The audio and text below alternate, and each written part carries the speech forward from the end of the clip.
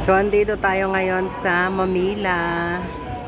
Mag-window shopping tayo ng bonggang-bongga at kapag may nagustuhan tayo, syempre, bili-bili din naman tayo sa ating sarili, everyone.